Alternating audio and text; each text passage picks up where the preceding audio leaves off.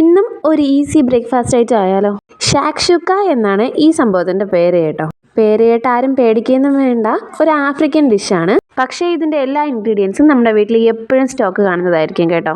ഒരു പാനിൽ കുറച്ച് ഓയിൽ ഒഴിച്ച് നന്നായിട്ട് ചൂടായി വരുമ്പോൾ അതിലേക്ക് സവാള, പച്ചമുളക്, വെളുത്തുള്ളി ഇത്രയും ചേർത്ത് ഒന്ന് വഴറ്റിയെടുക്കുക. ഇതിലേക്ക് ഇനി തക്കാളിയും കൂടി ചേർത്ത് കൊടുക്കുക. പാകത്തിന് ഉപ്പും 1/4 ടീസ്പൂൺ ജീരകപ്പൊടിയും 1/2 ടീസ്പൂൺ മുളക് പൊടിയും ചേർത്തതിന് ശേഷം ആവശ്യമുണ്ടെങ്കിൽ കുറച്ച് ചീസ് സ്ലൈസും കൂടി ചേർത്ത് കൊടുക്കുക.